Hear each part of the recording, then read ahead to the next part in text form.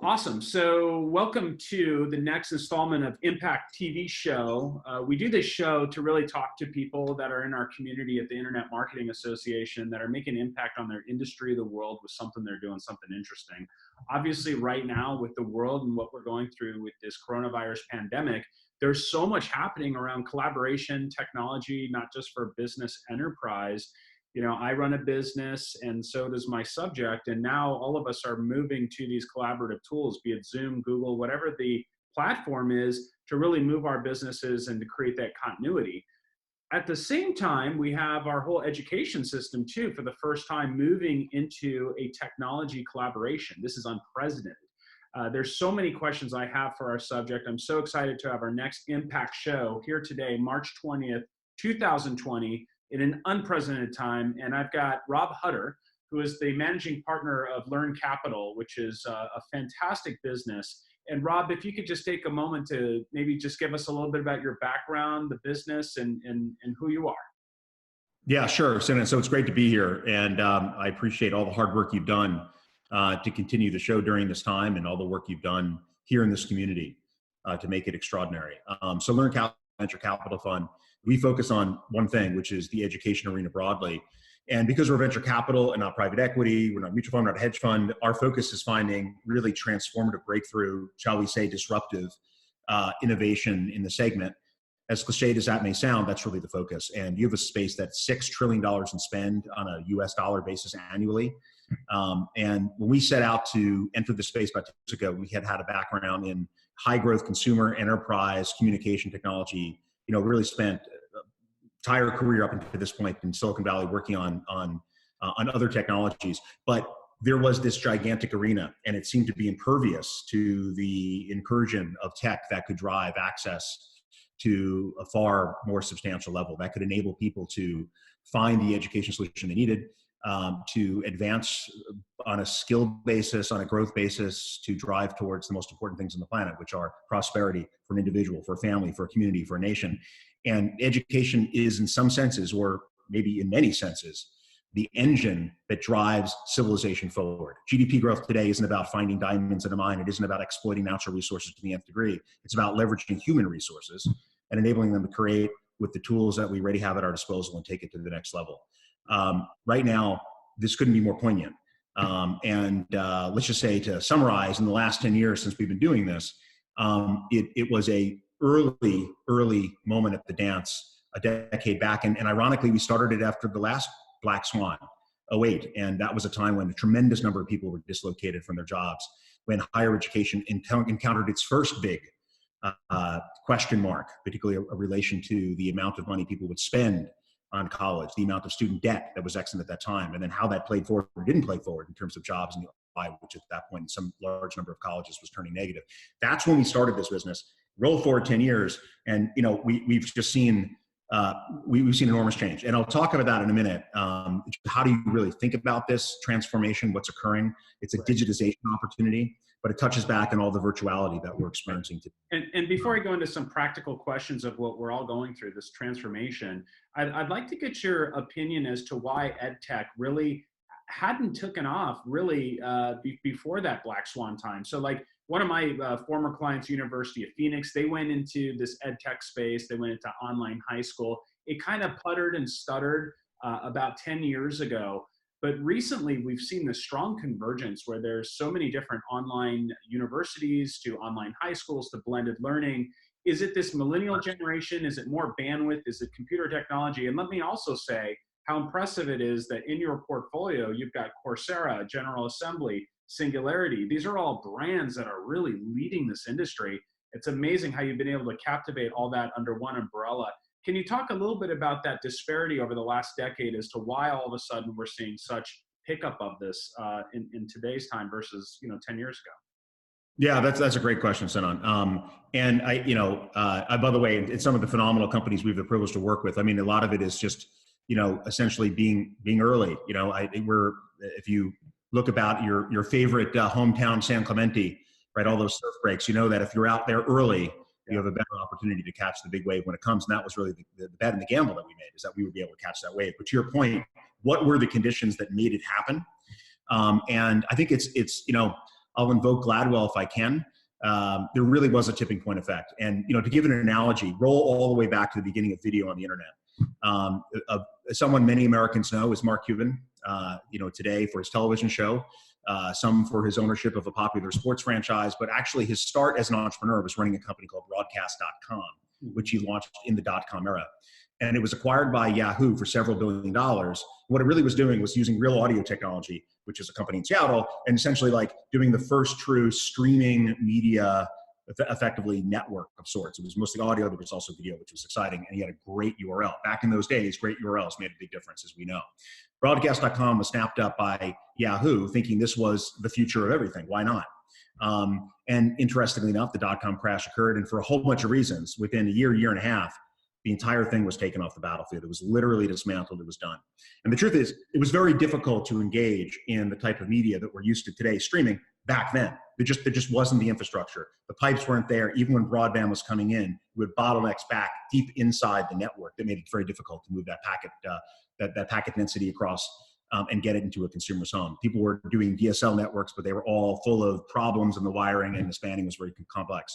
So we could say that it was just too early. Now, Mark, being a very clever person with a lot of great timing, was still able to monetize his initial insight. But many others who tried were not able to do so in 2000, 2001. Roll forward a couple years later, all of a sudden there were companies coming out of the woodwork, Video Now, Video on Demand, and a certain company called YouTube that launched in the 04-05 timeframe. And, contrary to just 5 or 6 years previous, right, online video seemed to be ready. And at that point, it was a matter of time before it became the most important thing that occurred in the aughts outside of social networking itself. But online video explosively grew. Famously, Google bought YouTube and made it the centerpiece of probably the most important streaming brand on the planet. Right. But why 04-05, versus why didn't Cuban do it? Why didn't he become the company that would today be the YouTube of the internet? And the answer is a lot of small things that add up. So broadband was much more widely accessible. Right. The capacity for consumers to access this at lower cost. People had spent a ton of money during the .com era and right after, all these investments in really bulking up the back deep into the network, massive multiplexing of bandwidth that could be moved using fiber optics technologies and so on. All that investment started to pay off, made it possible to switch this up. And then very, very simple things that we wouldn't even think about. The ability to run much more complex sort of flash-like regions that are embedded in the browser, right? So this is a big diversion on YouTube, but the bottom line is it was a whole bunch of small things that made it a huge tipping point, and boom, here we go. So education. Yeah. People were doing online education. People were doing online education on forums and places like The Well, Stuart Brand's The Well, if you remember that, going back to as soon as there was internet, people were doing distance learning using forms of threaded discussion boards and various forms of email span trees. But it was not significant. And that UOPX experiment, to your point, did not really hold. But if you roll forward 10 years later, a very different story. And why? Well, more tipping points came into play. Bandwidth got cheaper. Video was much more accessible. It wasn't expensive. We had the rise of these devices. And we also had the rise of other important things. I would say the new paradigm of social software, social networking software, most famously pioneered by Facebook. Before that, there was MySpace, and there was Bebo, and there was High Five, and many others. We're pushing a new way to collaborate that was right there in the browser, very effective. Right. When I look at some of the big breakthroughs in learning tech over the last 10 years, we think about companies that have risen up. One of our early companies at Modo, companies that were innovating in the higher education space. You mentioned Coursera, which has been very, very important. These are companies that took advantage of bandwidth, video, social software frameworks all at once, boom, on the supply side. And then, to your point earlier, there was an incredibly receptive demand side suddenly because of the displacement of 08. So it was a timing issue. And I think that time zero that we talk about that really created this value was probably 2010, 2011. Right. And from that point, it's been essentially, it's been a curve that's been exponentiating. We could talk more about that. Let's bring things to current affairs. It's 2020. We're dealing with an unprecedented circumstance with this pandemic, coronavirus, and looking at the shock and awe of it and the impact that it's had on just regular society, students, to working professionals, to teachers. Talk a little bit about how this shift has happened so suddenly. And before, it was more of blended education online, or maybe just taking an online course here or there, or an exclusive training system. But now it's like, at least for the United States, we've just moved our entire shift from classrooms to online education. How is that forced learning going to change people's habits and psychology? And my second question is more on bandwidth. Is there a lot of weight happening right now on the internet to where we could see outages and possible interruptions as a result of this unprecedented time? Yeah. So a lot of great questions. I would begin by saying this: the way we look at this world, this is the framework. I think this is a helpful framework, which is, why is e-learning and EdTech is such an important space today, even prior to this moment. And the answer is, in that decade I was talking about, and really accelerated from 2011, et cetera, we had a space that went from approximately 1% digital, that is all the stream of things occurring in the space that people are spending money on. About 1% of that was mediated by digital. By comparison, we think about internet media, for example, media advertising, right? The digital percentages are 50, 60, 70% in some cases, right? And online music is, where the money comes from is almost, 75% digital today. By comparison, education was 1% 10 years ago. A better example would be, in a very large market context, would be retail. So retail and e-commerce, we know e-commerce, and probably e-commerce is another one of the sort of contributing beneficiaries at moments like this, but it is roughly 15 to 17% globally as a penetration rate. In some places, it's even higher. I think it feels higher than 17%, but basically 17% is e-commerce to retail as a penetration rate. Education, 1%. What happened in the last decade is it went from 1 to about 3%. So our numbers from 2019, we did the analysis. The overall space grew from about 4.6 trillion to $6 trillion in overall value, but the penetration rate went from 1 to 3%. And in that time frame, we've seen all these companies you mentioned, companies that we've had the great fortune to have a chance to partner with and see prosper. Companies like Udemy, SoloLearn, Photomath, Andela, many others. Bridge International Academy is the ones that you can see that we're associated with and we're very proud of.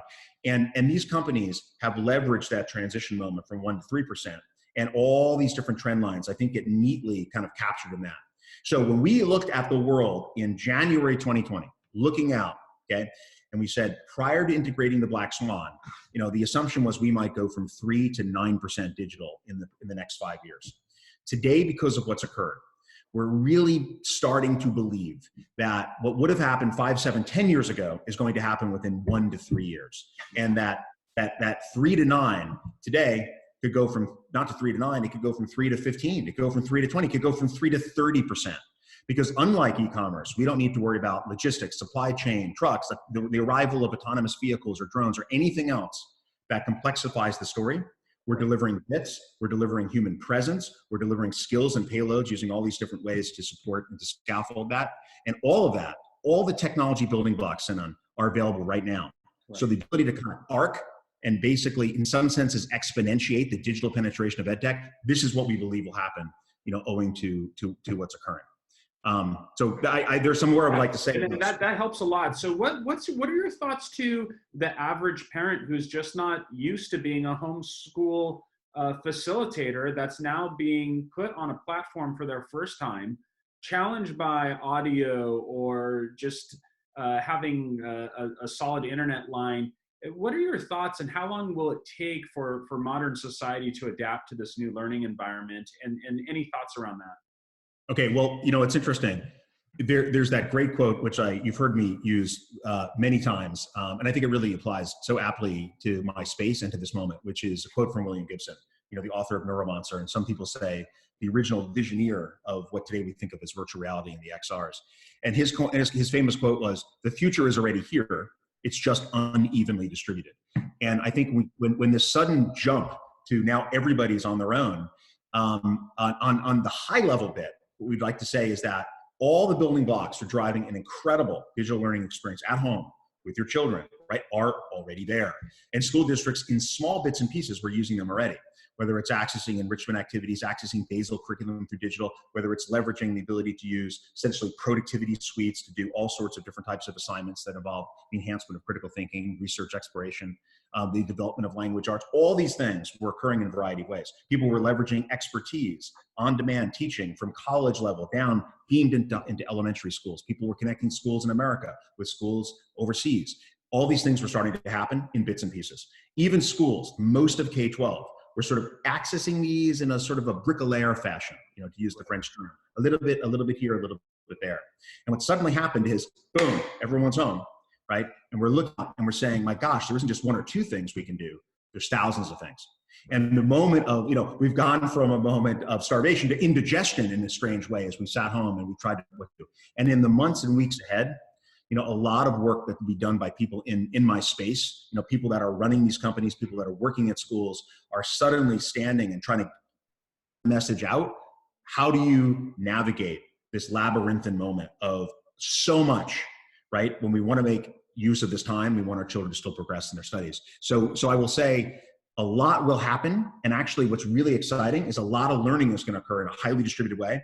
And you, like me, we're big believers in the power of the internet and the decentralization capacity to drive wisdom and enable it to crowdsource to the top.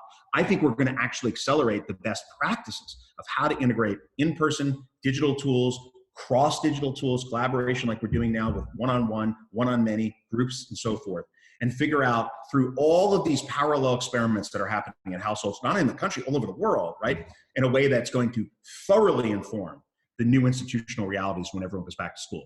So let's yeah. Awesome. There is a caveat though, and I think it's important. The one caveat is this. You asked me earlier about what are the preconditions for learning.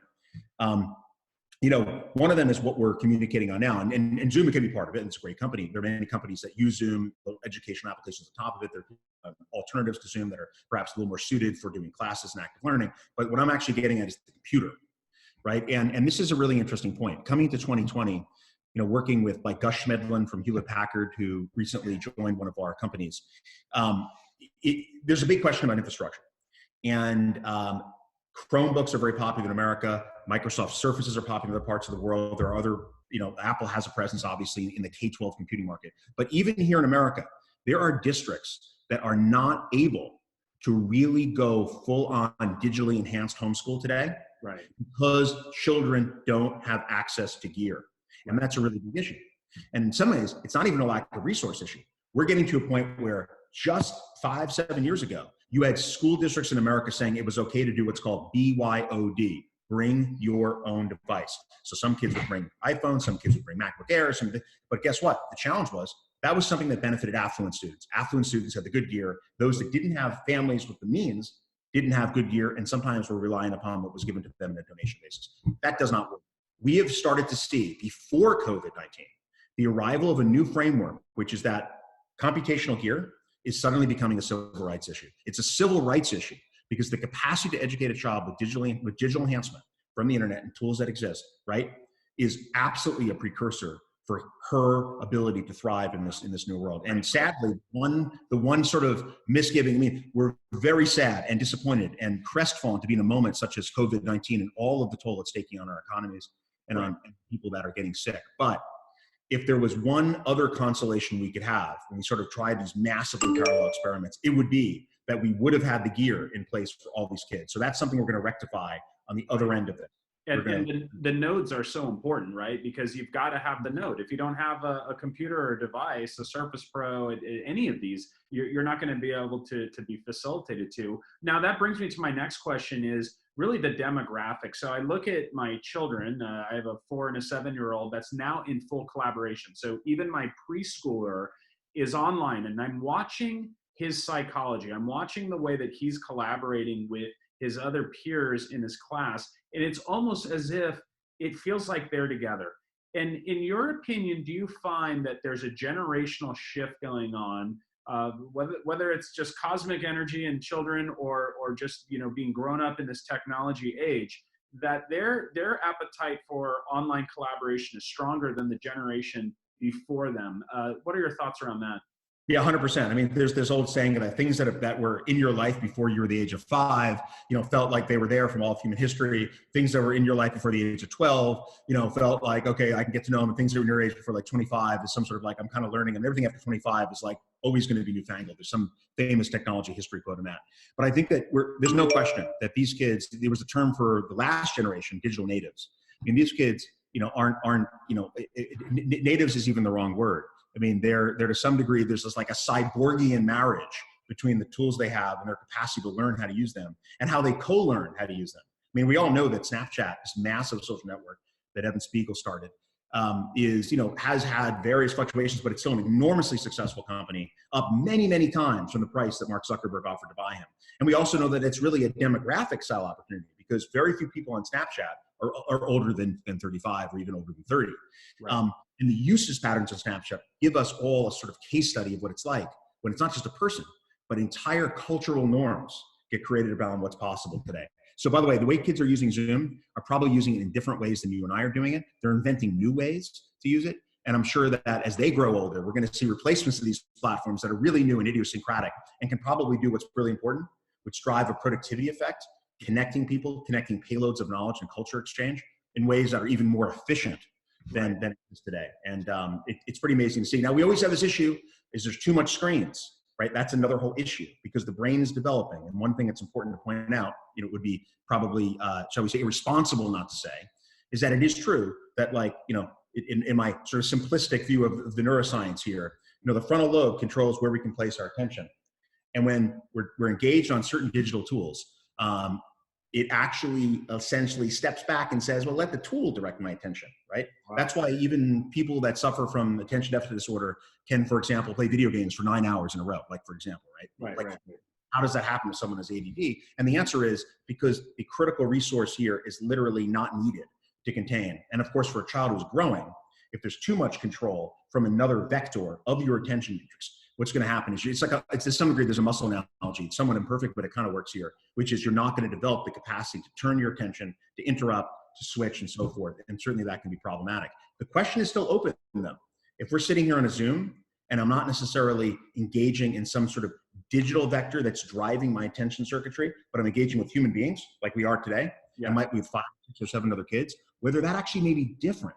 And it's not the same as being on screens. And there's work being done at the iLab up at University of Washington, Seattle, and many other places that are trying to understand, is this going to be different than the old view of screens? In fact, someone even said it's about the latency. Can you see micro expressions? Once you can see micro expressions, right, even infants' eyes light up and they can be taught theoretically, at a distance over digital tech. And these are new things that we're learning in the science side that also mediate this age-old question. But I do think it's good advice for your kids that are on these devices today, to do structured breaks, get them off, and get them to interact in the real world, for sure. Right. And so, and just to kind of round up here, so I'm looking back, we're about the same age, so we've both seen, the year 2000, the computers were the banking systems were all supposed to fail because of ones and zeros. Right. Then we had 2001 with 9/11.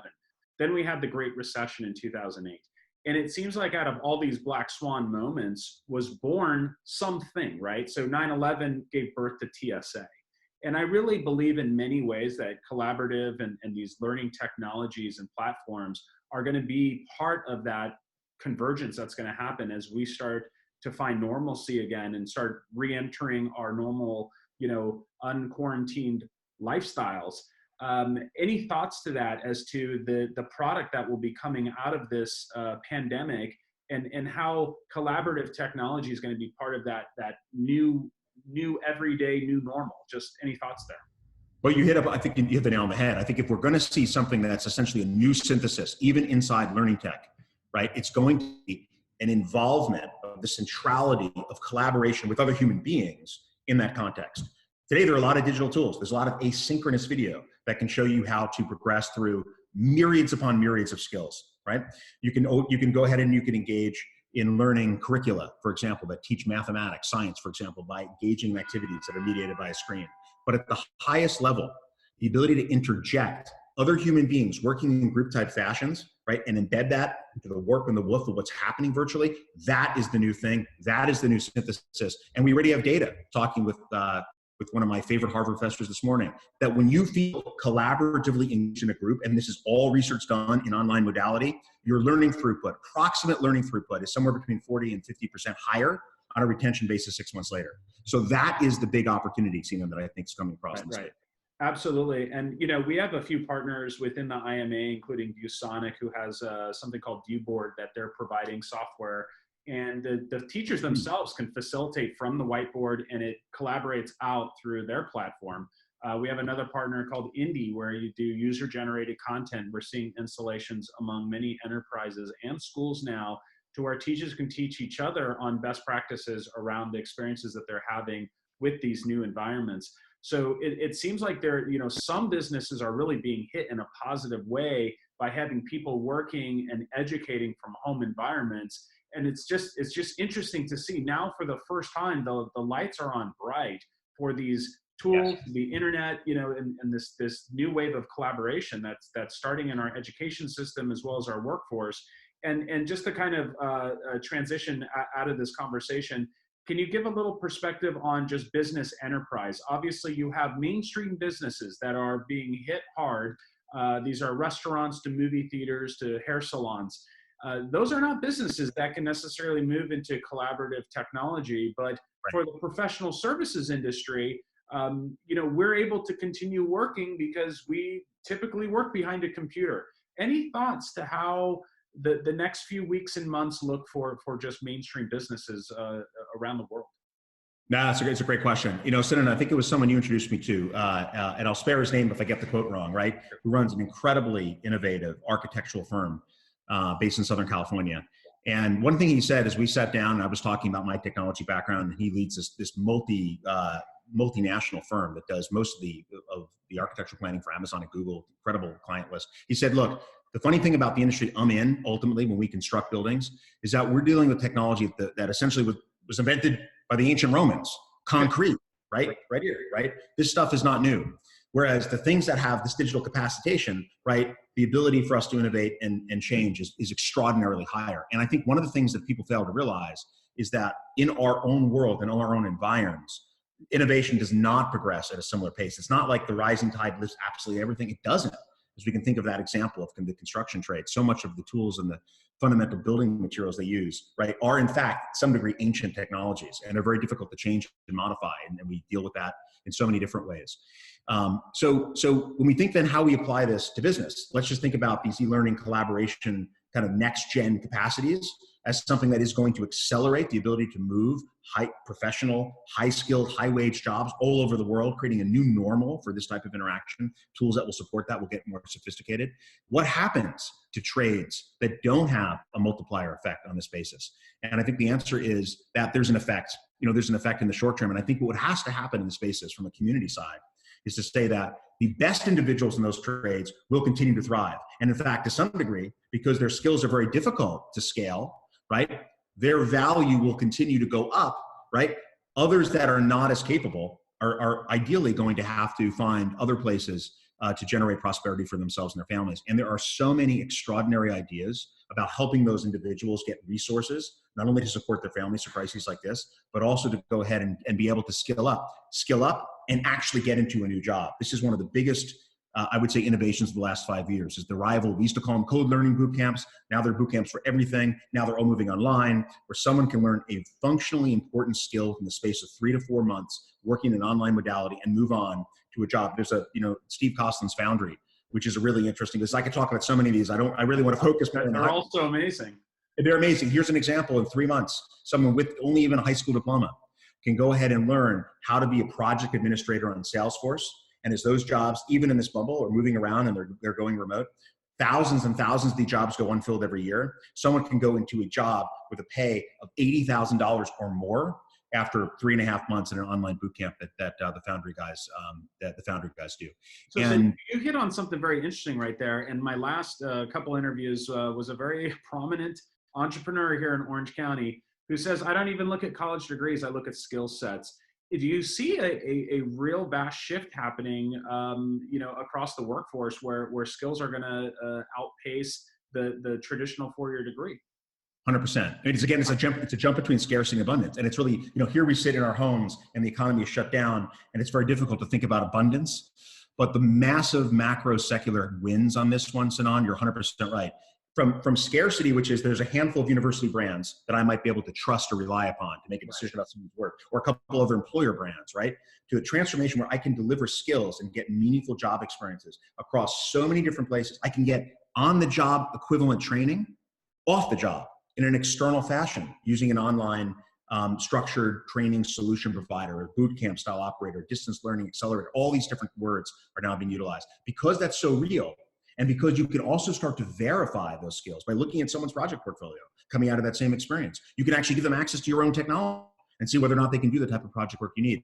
Because of that, we've radically enhanced two things: the fidelity of hiring, because I can hire someone who actually has a skill and can do pretty well. And number two, the capacity to have this access aperture be much, much wider than it ever has been. It's not about 50 or 100 great colleges. It's about thousands and thousands and thousands of places that you can obtain the right skill for you and find the right place in this economy to participate so you can make the highest possible contribution, to your family. And Rob, are a lot of the students who are getting educated, especially on these skill sets, are their nodes like their phone? I mean, can you get like a certification off your phone, or are they in front of a laptop, a workstation? Like, what type of nodes are you seeing in these learning environments? Great question. I mean, I would say that, look, the vast majority, particularly if you're doing more complex skill sets, things approaching programming or learning how to use technical tools or learning how to, essentially be an administrator on a product like Salesforce, as we talked earlier, is something that happens typically with a computer, but laptop, primarily, I would say moving to laptop because mobility is crucial. But there are whole programs that work exclusively on the phone. One of our companies that's had an enormous good run is called Solo Learn out of Armenia. Yeva and her team have created an incredible company. And what her insight was most people on the planet, the billions of people on this planet, all have smartphones. And if you want to learn how to code, right, you may not always have access to a computer. You may not be in a place for a computer. It may not be powerful enough. She made it possible to learn, dozen plus of the most important computer languages right now in the world that have job applicability on your phone, all the lessoning, including the ability to compile programs in compilers that she's embedded on the phone.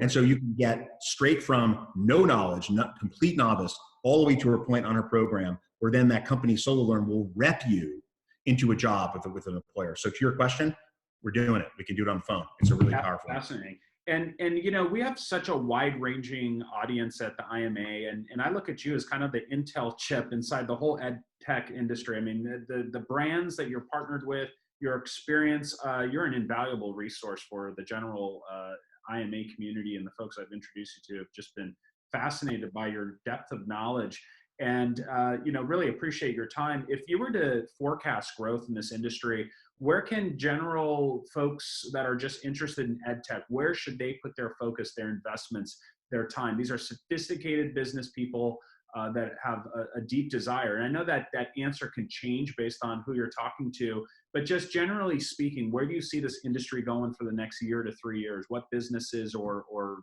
use of business do you see this, projected out? So to your earlier, it's a great question. To your earlier questions about how this is radicalizing what we do with our children and what we do with our families at this moment, right? There's so much that's occurring that's new, that's novel. New combinations are being created. New normals are being forged. There's something happening in what we would call all ages and all stages, right, of the learning ecosystems today, thanks to digital. The sudden capacity for us to be able to focus entirely on remote and virtual. That said, when I look ahead to the next couple of years, when we come out of this moment we're in, it mostly goes back to what we talked about. I think most of the energy is going to be people that are displaced and affected by the economic impact of all the measures that countries have had to take to ensure the safe and healthy of all of their populace, are going to be in a very big reset moment. It's going to be a job market displacement moment. Unfortunately, I think that's a relatively straightforward conclusion. And therefore, all this tech that was starting to get developed and redeveloped and iterated upon in the last 5 years, when we had almost no unemployment, right, in places like America, historically low, and it was about moving people down from one great job to another and then trying to open the door for more because you couldn't hire enough. Suddenly, we're going to have large numbers of people that want to get to these skill sets, and they're going to want to get these skill sets and they're going to get a job. Right. And no longer do we have to invent that from scratch as we did in 2009, 10, and 11.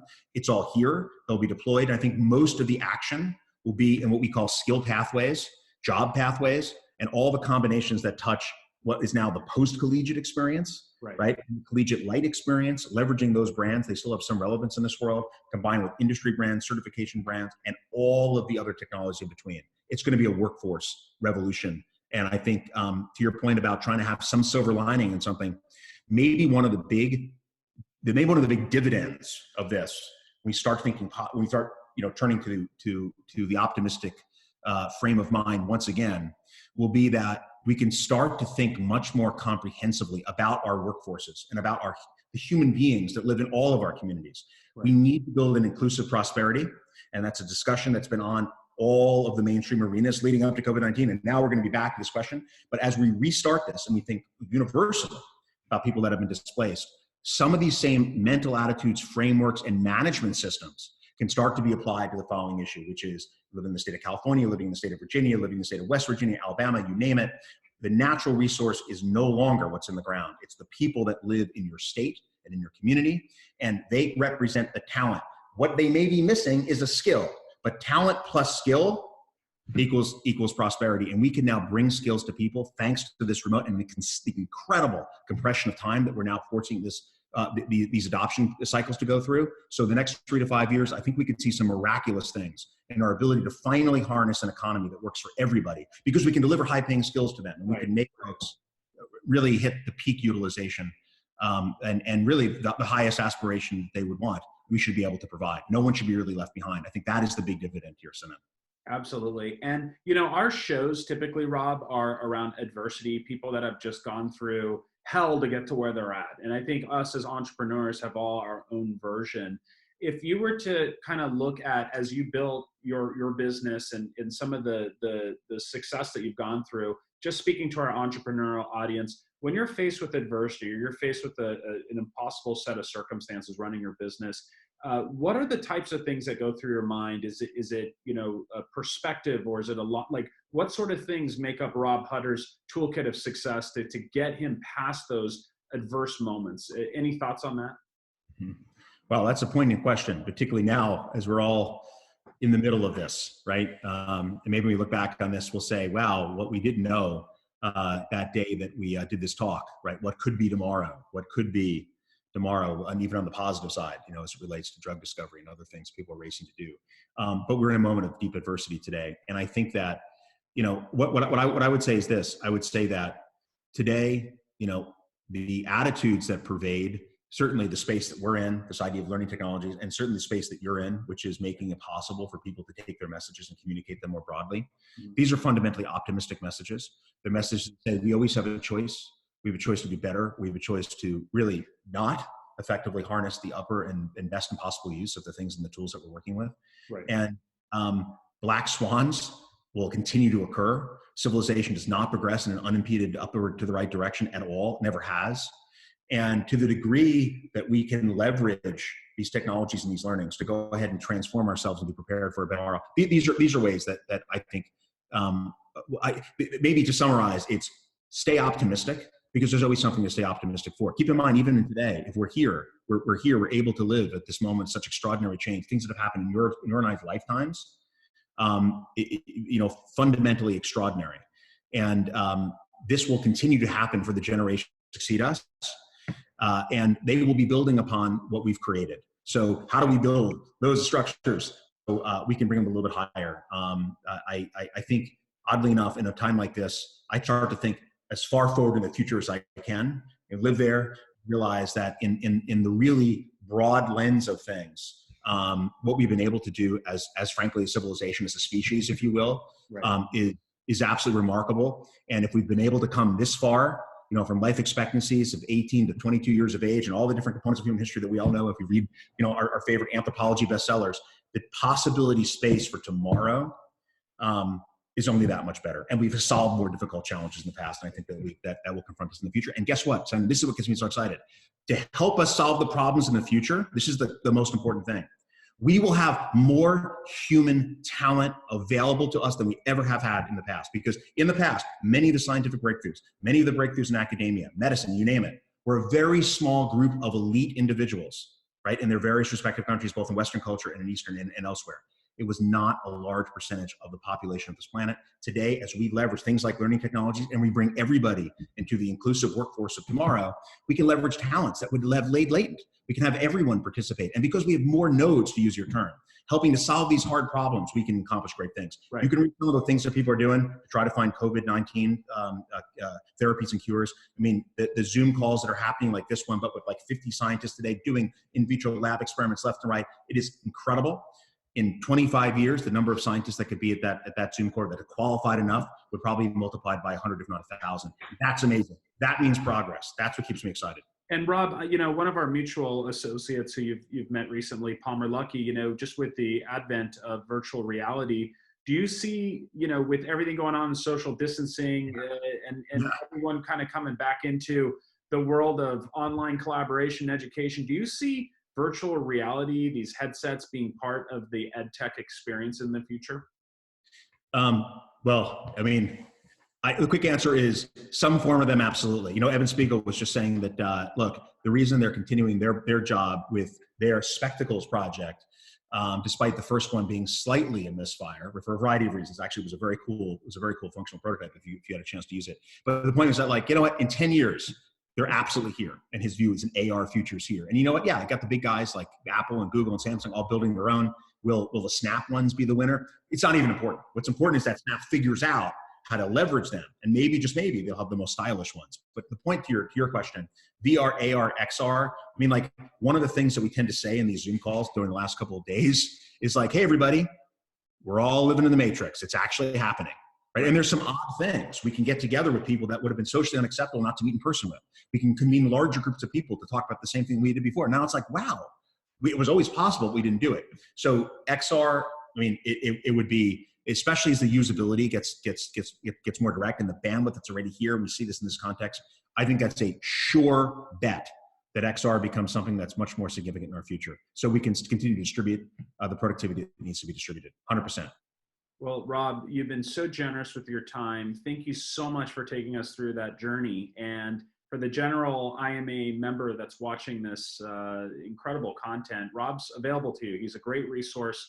I've been able to introduce him some wonderful partners of ours, both institutional businesses as well as very influential executives like yourselves. So Rob, I really appreciate you. I mean, you're a Harvard grad, you're a father, you're a businessman. Continued success with all that you're doing, and thank you for being part of our community and our show today. Senator, thank you so much. You are the master of the universe, and thank you for making so many of the people in your network, incredible talented people in your network, available. Your generosity is incredible. Awesome. And I'm very pleased to be here. Well, best to your family through this, and we'll be talking to you soon. Thank you so much, Rob. Likewise.